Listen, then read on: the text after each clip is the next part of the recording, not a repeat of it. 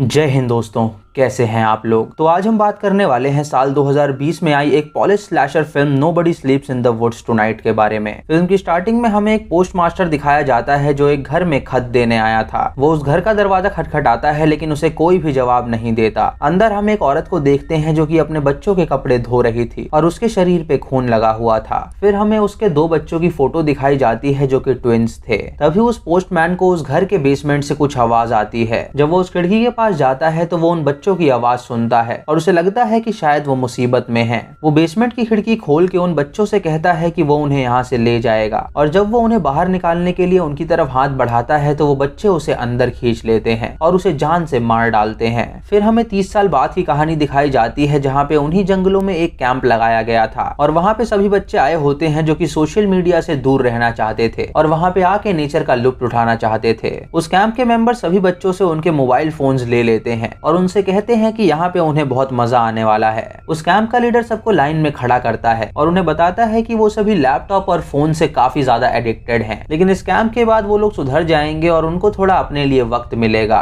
रात को वो सभी कैंप में बैठ के खाना खाते हैं और खूब एंजॉय करते हैं। इधर उसी जंगल में वो ओल्ड लेडी एक हिरन मार के लाई थी ताकि वो उसे अपने बच्चों को खिला सके। जब वो उस हिरन को बेसमेंट में डालने जाती है तो गलती से वो भी बेसमेंट में गिर जाती है। ये देख के उसके बच्चे उसे मार के उसका मांस खाते हैं और हम देखते हैं कि वो कितने विशाल हैं और वो अब आजाद हो गए हैं। अगली सुबह कैंप में एक फादर को बुलाया जाता है जो सबको अपनी ब्लेसिंग्स देता है। दोस्तों, उन सभी बच्चों को अलग अलग ग्रुप में बांट दिया गया था ताकि वो जंगल के अलग अलग कोने में जाके अपना कैंप लगा सकें। तभी वहाँ पे मिस ईडा आती है जो कि 5 बच्चों की ग्रुप लीडर थी और इन बच्चों के नाम थे एनीला, जोजिया, डैनियल, जुलेक और बार्तेक। मिस ईडा उन्हें बताती है कि वो 3 दिन की ट्रिप पे जा रहे हैं जिससे उन्हें काफी मजा आएगा। वो सभी अपना बैग पैक करके जंगल की ओर निकल जाते हैं। जुलेक जोजिया से बातें करता है और उनमें अच्छी दोस्ती हो जाती है। जब बार्तेक और डैनियल बात कर रहे होते हैं तो किसी बात पे उनकी लड़ाई हो जाती है जिससे बार्तेक डैनियल को धक्का दे देता है जिसकी वजह से उसके पैर में चोट लग जाती है। ये देख के मिस ईडा उसका इलाज करती है और वो लोग आगे बढ़ते हैं। तभी जुलेक अकेले में पी करने जाता है तो वो अपने सामने एक हिरन की लाश को पाता है जिसे बुरी तरह काट के खाया गया था। वो सभी उस लाश को देख के सोच में पड़ जाते हैं कि आखिर किसने उसे इतना बेरहमी से मारा होगा। ईदा उन्हें कहती है कि शायद यहाँ पे कोई बड़ा जानवर है जिसने उसे मारा होगा।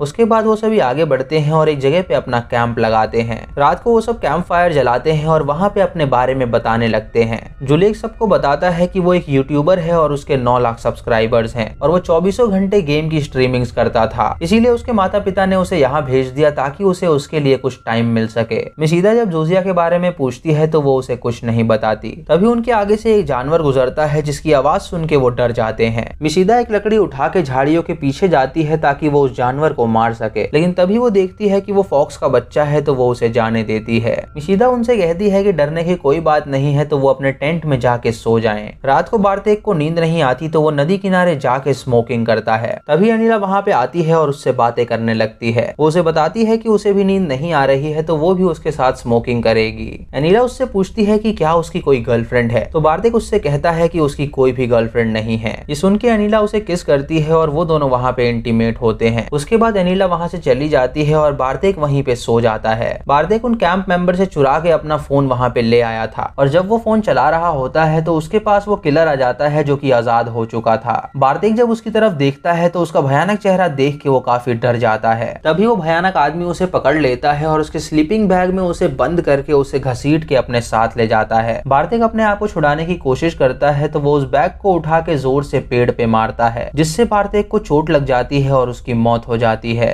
अगली सुबह मिस ईडा देखती है कि बार्तेक उनके कैंप से गायब है। वो सभी से पूछती है कि आखिरी बार बार्तेक को किसने देखा था तो अनिला उसे बताती है कि कल रात वो और बार्तेक नदी किनारे बैठ के बातें कर रहे थे। ये सुन के वो सभी नदी किनारे जाके बार्तेक को ढूंढने लगते हैं लेकिन वो उन्हें कहीं नहीं मिलता। तभी जोसिया को वो पेड़ दिखाई देता है जिसके ऊपर काफी सारा खून लगा हुआ था। वो सबको ये बताती है तो सभी ये देख के काफी हैरान हो जाते हैं और सोचने लगते हैं कि आखिर बार्तेक के साथ हुआ क्या होगा। मिस ईडा उनसे कहती है कि उनके पास कोई फोन नहीं है तो वो पुलिस को कॉल करके नहीं बुला सकते, इसीलिए उन लोगों को स्प्लिट होना पड़ेगा ताकि वो बार्तेक को जल्दी ढूंढ सके। ईदा, जोजिया और जुलेक जंगल की ओर जाते हैं बार्तेक को ढूंढने के लिए और एनिला और डैनियल कैंप के पास ही उनका इंतजार करते हैं। डैनियल एनिला को बताता है कि वो बहुत ज्यादा डरा हुआ है और अगर वो लोग वापस नहीं आए तो वो दोनों क्या करेंगे। इधर इन तीनों को जंगल में एक घर दिखता है तो वो उसके पास जाते हैं और वो घर किसी और का नहीं बल्कि उन किलर का ही था। वो उस घर के बाहर जाके आवाज लगाते हैं लेकिन कोई कोई भी उन्हें जवाब नहीं देता। ये देख के वो घर के अंदर घुस जाते हैं और वहाँ पे छानबीन करने लगते हैं, लेकिन कहीं भी उन्हें कुछ नहीं मिलता।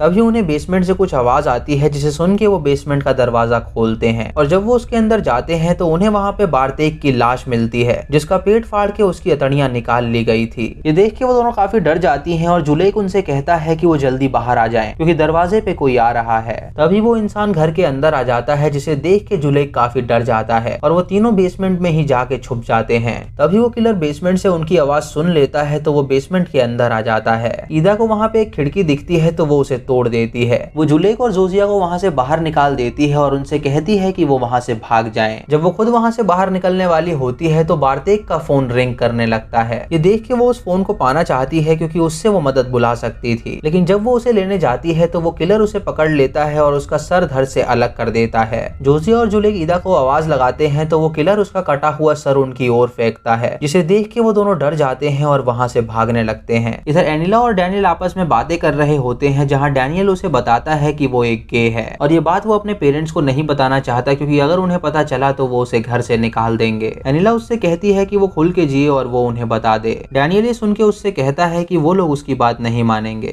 तभी वो एनिला की ओर देखता है तो उसे पता चलता है कि एनिला मर चुकी है, क्योंकि उस किलर ने उसके सर में लकड़ी घुसा दी है। जब डैनियल उस किलर को देखता है तो वो काफी डर जाता है। ये देख के वो वहाँ से भागने लगता है और वो किलर एनिला की लाश उठा के फेंक देता है। डैनियल भागते हुए एक चर्च के पास पहुंचता है और उसके अंदर जाता है। इधर जोजिया और जुलेक को भी एक घर दिखता है तो वो मदद मांगने के लिए उसके पास जाते हैं। जब वो दरवाजा खटखटाते हैं तो एक बूढ़ा आदमी उनके लिए दरवाजा खोलता है। ये सुन के वो बूढ़ा आदमी उनको घर के अंदर बुलाता है और उनसे कहता है कि वो विस्तार से उसे बताएं कि यहाँ पे क्या हो रहा है। इधर डैनियल को भी चर्च में फादर मिलता है, जो उससे पूछता है कि यहाँ पे क्या चल रहा है। डैनियल जब उसे सारी बात बताता है तो फादर उसे शांत कराता है। वो उसकी मदद करने के लिए पुलिस को फोन करता है, लेकिन वो फोन नहीं लगता। फादर डैनियल से कहता है कि लैंडलाइन यहाँ पे काम नहीं कर रहा, तो वो उसकी अब कोई मदद नहीं कर सकता। तभी उस लैंडलाइन पे कॉल आने लगता है, जिससे डैनियल समझ जाता है कि फादर उससे झूठ कह रहा है। ये देख के फादर उस पे हमला कर देता है, जिससे वो बेहोश हो जाता है। जब डैनियल की आंखें खुलती हैं तो वो अपने आप को बंधा पाता है। फादर उसके सामने बैठा होता है और उसे देख के वो कहता है कि वो जानता है कि वो गे है और ये सब ईश्वर के खिलाफ होता है, इसीलिए वो सजा का पात्र है। तभी फादर को चर्च के बाहर से किसी की आवाज आती है तो वो वहाँ पे देखने के लिए जाता है। वो वहाँ पे उस किलर को देखता है जो उस पे हमला कर देता है। वो किलर फादर की आंखों में अपनी उंगली घुसा के उसकी आंखें निकाल लेता है और उसके बाद उसके शरीर को श्रेडर में डाल देता है, जिससे उसके शरीर के टुकड़े टुकड़े हो जाते हैं। इधर डैनियल ये सुन के काफी डर जाता है और वो अपने आप को छुड़ा लेता है। तभी वो खिड़की के बाहर देखता है तो उसे वो किलर नजर आता है, जिसे देख के वो काफी डर जाता है। वो अपने आप को कन्फेशन रूम में बंद कर लेता है और वो किलर उसे वहाँ पे ढूंढ रहा होता है। इधर जुलेक और जोजिया उस बूढ़े आदमी को सारी कहानी बताते हैं तो वो आदमी समझ जाता है कि वो किसके बारे में बात कर रहे हैं। वो आदमी उन्हें बताता है कि सालों पहले यहाँ पे एक औरत रहा करती थी, जिसके 2 ट्विंस लड़के थे। वो सभी खुशी से यहाँ पे रह रहे थे, लेकिन एक दिन उनके घर के आगे आसमान से मिटियोर आके गिरा। वो दोनों बच्चे जब उस मिटियोर के पास गए तो वो उसे उठा के अपने घर में ले आए। उनकी माँ इस बात से बिल्कुल अनजान थी और वो उन दोनों को सुला के अपने कमरे में चली गई। रात को अचानक उस मिटियोर से एक काला पदार्थ निकला जो उन दोनों के शरीर में जाके घुस गया, जिसकी वजह से उनमें कुछ शक्तियां आ गईं। अगली सुबह जब उनकी माँ उठी तो उसने देखा कि वो बेड पे नहीं है। तभी उसे अपने घर के फ्लोर पे खून नजर आया तो वो बेसमेंट की ओर गई, जहाँ पे उसने देखा कि उसके दोनों बच्चे इन्फेक्टेड हो गए हैं और वो कुत्ते का मांस खा रहे हैं। ये देख के उसने उन्हें बेसमेंट में ही बंद कर दिया ताकि वो बाहर जाके दूसरों को ना मार सके। ये कहानी सुन के वो दोनों काफी डर जाते हैं और उन्हें पता चलता है कि वही ट्विंस उनके पीछे पड़े हुए हैं। वो आदमी उनसे कहता है कि अगर उन्हें सरवाइव करना है तो वो उसके साथ यहाँ पे रह सकते हैं, लेकिन अगर वो मरना चाहते हैं तो वो जंगल की ओर जा सकते हैं। वो दोनों उसकी बात नहीं सुनते और जंगल की ओर निकल जाते हैं, क्योंकि उनके पास एक बेहतर प्लान था। जोजिया जुलेक से कहती है कि वो दोनों फिर से उस घर में जाएंगे ताकि वो बारतेक के जेब से उसका फोन ले सकें, जिससे वो पुलिस को कॉल करेंगे और मदद के लिए उन्हें यहाँ बुलाएंगे। जब वो उस घर के पास जाते हैं तो वो खिड़की से झांकते हैं और देखते हैं कि वो किलर अंदर ही है, जो बारतेक की लाश के छोटे छोटे टुकड़े कर रहा है। ये देख के जुलेक जोजिया से कहता है कि वो अंदर जाके उस किलर को डिस्ट्रैक्ट करेगा और मौका देख के वो फोन को लेके वहाँ से भाग निकले। जुलेक उस किलर के दरवाजे पे जाके खटखटाता है और उससे कहता है कि वो दरवाजा खोले। जब वो किलर ऊपर दरवाजा खोलने जाता है तो जोजिया अंदर जाके बारतेक का फोन ले लेती है। तभी वो देखती है कि वो किलर बेसमेंट में ही है, जो ऊपर गया ही नहीं था। ये देख के वो वहाँ से भागने की कोशिश करती है, लेकिन वो किलर उसका गला पकड़ लेता है। वो उसे जान से मारने ही वाला होता है कि तभी जुलेक वहाँ आके उसके पेट में चाकू घुसा देता है, जिससे उस किलर को जरा भी असर नहीं होता। वो जुलेक की गर्दन पकड़ के उसका उसका मुंह काट खाता है और उसे पटक देता है, जिससे जुलेक बेहोश हो जाता है। तभी हमें जोजिया का पास्ट दिखाया जाता है कि आखिर वो उस कैंप पे क्यों आई थी। दोस्तों दरअसल जोजिया की फैमिली का एक्सीडेंट हो गया था और वो अकेले ही उस एक्सीडेंट को सरवाइव कर पाई थी, जिसकी वजह से वो काफी दुख में थी, इसीलिए वो उस कैंप में आई थी। जब जोजिया की आंखें खुलती हैं तो वो अपने आप को बेसमेंट में बंद पाती है। वो जुलेक को कहती है कि वो उसे यहाँ से ले जाएगी, तो जुलेक उससे कहता है कि वो उसे जान से मार डाले। जोजिया ये नहीं करना चाहती थी, लेकिन जुलेक काफी दर्द में था, इसीलिए वो उस चाकू से उसका गला काट देती है, जिससे उसकी मौत हो जाती है। इधर ऊपर ये दोनों किलर भाई बैठे होते हैं और आपस में बातें करते हैं। एक भाई बेड पे लेट के आराम करता है और दूसरा बाहर जाता है मांस की तलाश में। इधर जोजिया उस चाकू से ताला खोलने की कोशिश करती है तो वो ताला खुल जाता है। वो वहाँ से भागने के लिए खिड़की के पास जाती है, लेकिन तभी वो जुलेक की लाश को देखती है, जिससे उसके मन में आता है कि उसे उन किलर से बदला लेना चाहिए। उसे वहाँ पे एक तलवार मिलती है तो वो उसे लेके ऊपर जाती है। जब वो देखती है कि वो किलर बेड पे सो रहा है तो वो उसके पेट में स्टैब करके उसे मार डालती है। उसके बाद वो वहाँ से भागने लगती है ताकि उसका भाई उसका पीछा ना कर सके। इधर वो बूढ़ा आदमी जब सो रहा होता है तो उसके घर के बाहर से उसे कुछ आवाज आती है। उसे लगता है कि शायद वो किलर उसके घर में आया है, और जब उसका दरवाजा खुलता है तो वो उसे शूट कर देता है। तभी वो वहाँ पे जाता है तो देखता है कि वहाँ पे वो किलर नहीं बल्कि वो लड़का था, जिसे गलती से शूट करके उसने मार दिया। इधर जोजिया को एक पुलिस की कार दिखती है तो वो उस पुलिस वाले के पास जाके उससे मदद मांगती है। वो पुलिस वाला उसे अपनी गाड़ी में बैठाता है और उससे कहता है कि वो अब सेफ है। तभी उस पुलिस वाले को रोड पे एक आदमी लेटा हुआ नजर आता है, तो वो अपनी गाड़ी रोक के उसके पास जाता है उसे देखने के लिए। जोजिया उससे कहती है कि वो ऐसा ना करे, लेकिन वो उसकी एक नहीं सुनता। जब वो उसके पास जाता है तो हम देखते हैं कि वो कोई और नहीं बल्कि वो किलर है, जो उठ के अपने एक्स से उसके शरीर के 2 टुकड़े कर देता है। ये देख के जोजिया बहुत डर जाती है और खिड़की तोड़ के उस कार को खोलती है। वो ड्राइविंग सीट पे बैठ के उस कार को स्टार्ट करती है और वो किलर उसकी गाड़ी के ऊपर चढ़ जाता है। जब वो गाड़ी चलाती है तो वो किलर नीचे गिर जाता है और जोजिया उसके ऊपर 3 बार गाड़ी चढ़ा देती है, जिससे वो मर जाता है। उसके बाद जोजिया वहाँ से गाड़ी लेके निकल जाती है और उसकी जान बच जाती है। रात को वहीं पे 2 आदमी आते हैं जो हिटलर का बर्थडे बना के आ रहे थे। तभी वो रास्ते में उस किलर की लाश को देखते हैं तो वो उसके पास जाते हैं और हम देखते हैं कि वो किलर अभी जिंदा है, जो उन दोनों पे हमला कर देता है। उसके बाद हम देखते हैं कि उस किलर के घर के बाहर पुलिस आई है और उसका भाई भी अभी जिंदा है, जो उस पुलिस के पास जा रहा है। यानी दोस्तों जोजिया को लगा कि वो दोनों मर चुके हैं, लेकिन वो दोनों अभी जिंदा थे, क्योंकि उनके पास जो शक्तियां थी उससे वो कभी मर नहीं सकते थे। दोस्तों इसी के साथ ये मूवी खत्म हो जाती है। तो दोस्तों ये थी आज की वीडियो। अगर आपको वीडियो पसंद आई हो तो आप हमें कमेंट सेक्शन में जरूर बताएं।